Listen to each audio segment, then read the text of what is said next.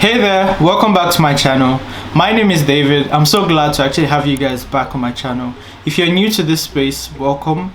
If you're a returning subscriber, I'm so glad and I'm so happy to actually see you again. So guys, in this video I'm actually going to be showing you guys how I manage my money, and I'm hoping that you can also get some benefits and some value from it. So if there are any things that strike you, or if there are any things that you feel like you may need support, if you have any questions, please leave them in the comments and I'll be sure to attend to them. So guys, who is this video for? So whether you are a beginner or you're new to finance, or you're just looking to improve the way you spend your money, so if you feel like the money comes in at the start of the month or every week and you don't really have any way of actually controlling it, especially if you're a uni student, because you don't learn this thing in school, I'm here to actually help. I'm your G. If you watch the video and if you really like it and you enjoy it, please do two things for me. Number one is to subscribe, because it does help me a lot. It helps the YouTube algorithm to boost my channel, and then help share these videos to other people as well. And the second thing is to turn on bell notifications, so this way you will always get notified of any new videos which I put out. So guys, so please make sure you subscribe. First off guys, let's talk about money. I'm sure you guys know by now, because this is one topic I feel like I can speak for days and days about, because I think it's really important guys, because I don't know about you guys, but I don't really want to work for the rest of my life, right? There's this video, it's like people going to work, and I don't really know how to describe it well, but it's just like it never stops. If you don't have a financial plan, and I'm telling this from my perspective, you're just going to be working till you're 60, 70, and on this channel I don't want that, because I'm trying to create a community whereby we are all learning. Most of us are in our 20s. We've all been thrown into this little phase of adulting. So in this adulting phase, I feel like money, financial management, financial independence, these are three really important topics. I feel like since we're not going to get this knowledge in school, I'm here to share it with you guys. I'm your genie. So yeah. So guys, I'll be showing you guys my Miro board. This is where I track my different accounts, such as my checkings accounts, my savings accounts. I'm currently saving up for a house. You will see what I do regards to that. This visual representation helps me to stay organized, so I have a clear overview of my financial situation. Just before I start, the transactions you're about to see, the transactions you see that are listed here, they are all automated. So I do not actually have to do any of these things manually. No, I've either created standing orders, or there are direct debits which are set in place, which help to move money to the appropriate accounts. So that's one thing, automated transactions. So when it comes to money management, I feel like that's something that is really important. And the good thing about this is, like, instead of you having all of your money in one pot, and you can see that one pot as this big huge sums of money, you can break that one pot into smaller pots, and then you know that these smaller pots have dedicated tax, right? Dedicated usages. There's a reason why you have those pots. Yeah. So back to it. So back to this board. So the paycheck comes in, pension contributions go out. Guys, if you're not paying into your pension at your workplace, I do encourage you to do so, especially if your employer is willing to match your contributions. My employer is currently matching my contributions by 12%, which is why I am putting away 8% into my pension, when in total I'm getting 20%. So my employer is matching 12%. And then after that, taxes and national insurance contributions are taken off. I'm not in Dubai, unfortunately, so I do not have any free taxes. Shout out to anyone that is in Dubai. And then further, at this stage, what I then do now is, like, I have my net monthly income, right? Because the taxes have been taken away. I then follow the 50-30-20 budgeting scheme, which is 50% of your net income goes towards your needs, things that you need to survive, things that you need to do, like rent, food, yeah. And then 30% of your net income will then go towards your wants, so your discretionary spending, your holidays that you need to save up for, your dinner nights, movie nights, so those are your wants. And then 20% should go towards your savings, or if you're trying to clear off any credit cards or debts, or yeah, so that money should go from there. So yeah, so that's the scheme I'm trying to follow, 50-30-20. So 50% goes towards here, and then it then goes into a spending account buffer, which then further divides into my loyalty account, which is what I use for my bills and essentials, and then a 1% cashback debit card account with Chase. The reason why I bank with Chase is because I feel like Chase is one of the best bank apps in the UK at the moment for cashbacks, which basically means that if you make any purchase with your Chase card, you get 1% cashback. So you buy something, you get 1% back, which is really good, and it's quite competitive when you compare it to some other banks where you get 0. So yeah, the next one is now wants. So as I said, wants are your negotiables, things that you can do without, but they're like nice to have. So I then have a specific account for that, whereby I'm saving up for holidays. I'm still putting some money again into that Chase bank card that I spoke to you guys about. And then the really cool thing at this point now is that I'm also saving up as well. So 20% of my income goes towards my savings, which then further flows into my house deposit savings. I'm currently saving up for a house through Moneybox. I don't know if you guys have heard of Moneybox. They offer this lifetime ISA scheme. So very briefly, if you're in the UK, there's a scheme which is being run by the government, and it is called the lifetime ISA. Previously it used to be called the help to buy ISA. And very briefly, the way the scheme works is like for every £4 that you put into the accounts, the government matches £1, up to a maximum of £1,000 for each tax year. That sounds like a lot of English. What does that actually mean? So just think of it like this: you put in £4, you get £1 for free into your accounts, up to a maximum of £1,000. So in a tax year, if you put in £4,000, the government gives you £1,000. So in your bucket you have £5,000, and you can use this money as a deposit for your first house. Also, another important thing is like I'm also trying to save up for an emergency fund as well. Currently I'm just aiming for 3 months worth of transactions.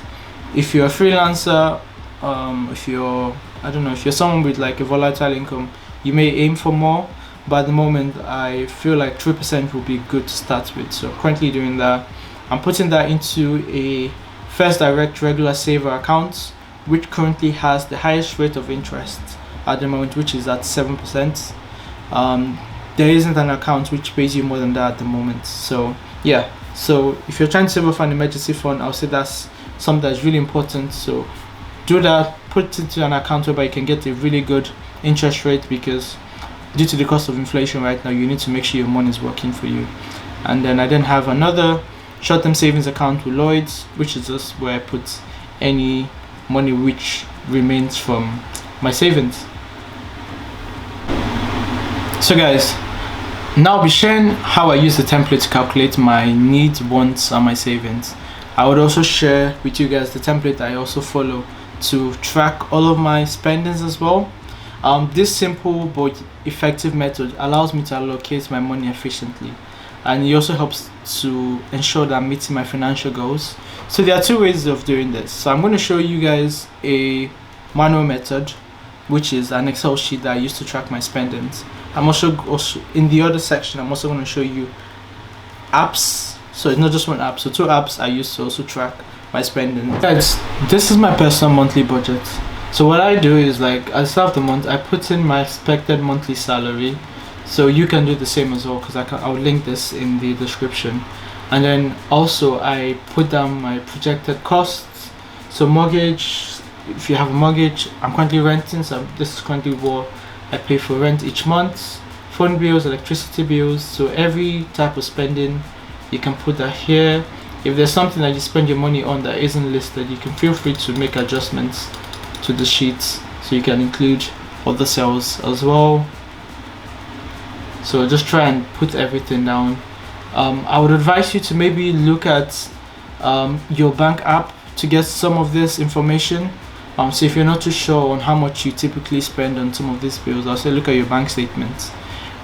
There's an app I'll show you guys later on. You can also use that to check what you spend on the average on some of these bills, so you don't actually have to spend so much time going through all of your bank statements. But yeah, so the good thing is that once you have your projected costs, you can then start putting down your actual cost. So at the moment, I do this at the end of the month. I don't do it at the start of the month. So at the end of the month, I can then look, okay, cool, how much money did I spend on rent? So let's say it was 550. So yeah, for instance, now exactly I can see like, oh, I have a deficit here already because I expected to spend 500 and I actually spent 550, for instance.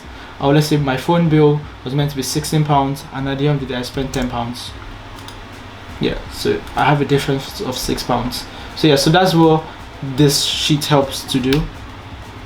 Also, another thing here is like at the end you will then get your balance difference, so your actual balance. This will take into consideration the values that you put in the projected column and the actual cost column. I've also put some other helpful information here for you guys as well, because if you're trying to make the distinction between wants and savings, this should help as well. So it gives you some example of what wants are and also what savings are as well. So you can do that. You can see some of the examples here as well. This column that you see here, this would help to calculate or give you an idea of how much you should put towards your needs. So this is based on what you put in this cell. So just type in your monthly income here, and then this cell will be populated automatically. So let's say if I was to reduce this to, let's say 2,500.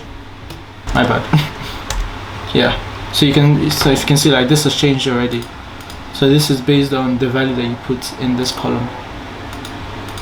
Yeah. So you get your projected amount. So this then ties into, so when I have this, I know exactly how much needs to go towards my needs. So let's say my needs is 50%.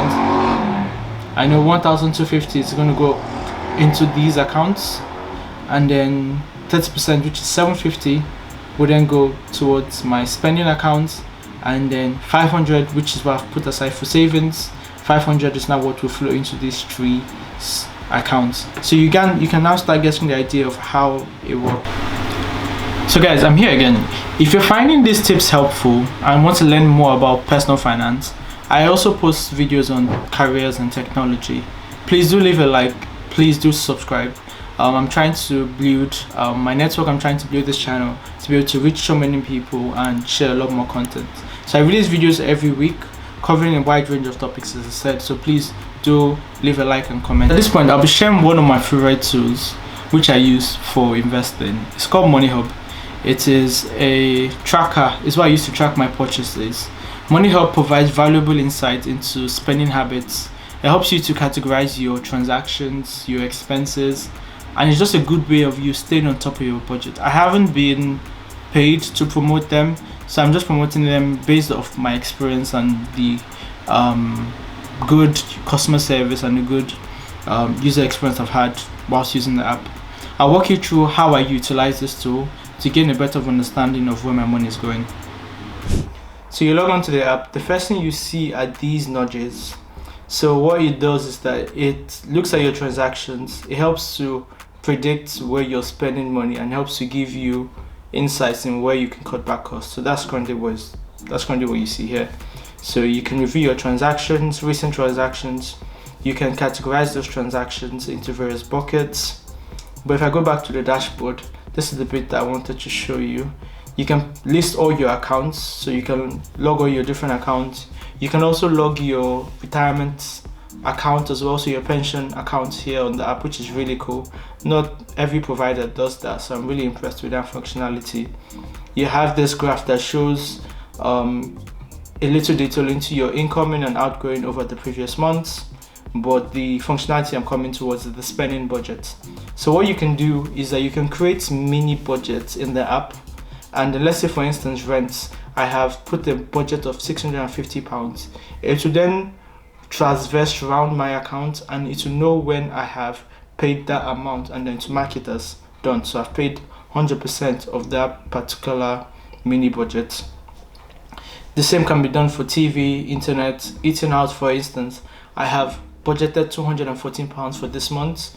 I have only spent £36. That's just one of the examples. Groceries, let's say I've I've put a budget of, let's say, £80, and I've currently spent £9.49.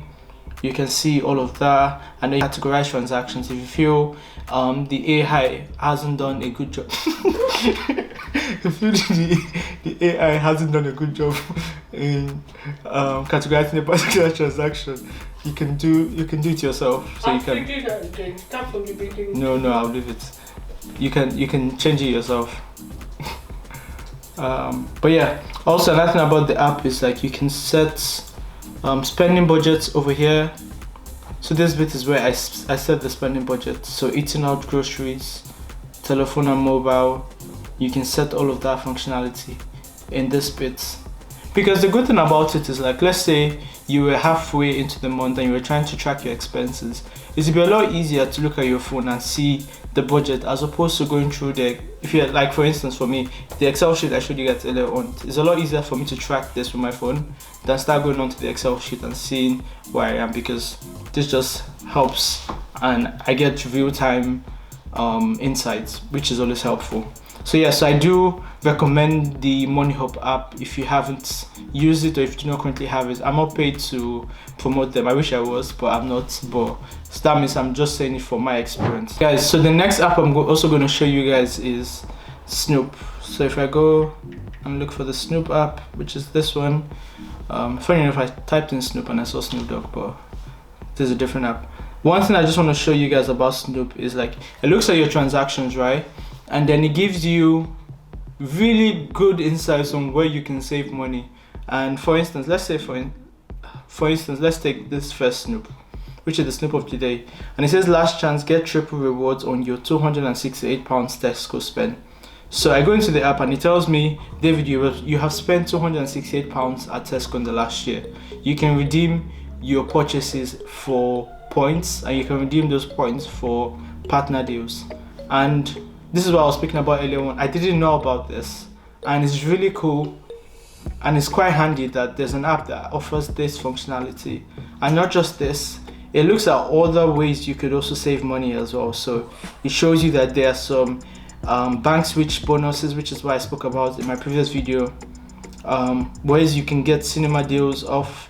So it says here you can get 40% off cinema deals if you use Lidl Plus. That's a really good deal. Lidl Plus is basically the app you use for purchasing when you go to Lidl. It is free, but it's telling you that if you download the app, you can get 40% off cinema tickets. That's really good. Yeah, so that's just one thing. There are various other ways in which it helps to show you ways in which you could save and you could reduce your debt. Yeah, so these are two apps I would definitely recommend. Another thing about Snoop I think that's also really handy is that you can use it to track your contracts. I'll explain it like this. Let's say you have a 24-month contract with EE, for instance, is a mobile phone contract. What Snoop does is that you can activate tracking, and then when you do it, the first question that it asks you is, when does your current deal end? So let's say your current deal is meant to end, let's say, as I said, in 2 years. Let's say in 2 months before the end date, it will start sending you like really customized deals saying, oh, I can tell that your current, let's say, insurance deal, vehicle payment deal is coming to an end. These are some offers that are currently in the market. Would you be interested in them? Yeah, so that's one of the good things about it. So I feel like that's a really handy feature. So if you're looking for more resources on tracking your spendings, I can recommend one YouTube channel, because I feel like if I recommend multiple ones, you might not really have time to go all through of them. So one good person who I watch is a fellow YouTuber. His name is Humble Penny. Him and his wife put out lots of videos on financial management, on investment, savings, spendings, yeah, just a whole lot of videos, very educational videos. So if you do have time, I'll say do have a look at the videos that they put out. They are really educative, and I'm sure you'll be able to get something from it. So that wraps up today's videos about how I manage my money. I hope you guys have gotten some value.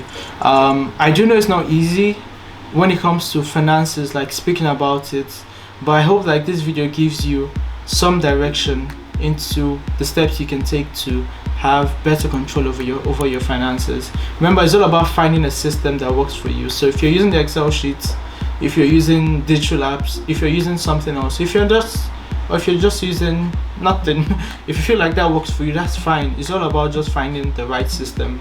So yeah, if you've enjoyed this video, please give it a thumbs up. I do enjoy having you guys around. If you feel like there's something you need for me to share, please let me know in the comments or message me privately. My socials are on the screen and I'll be sure to reach back to you. Yeah, so that's everything for today. So guys, thanks for watching and I'll see you in the next video. Take care.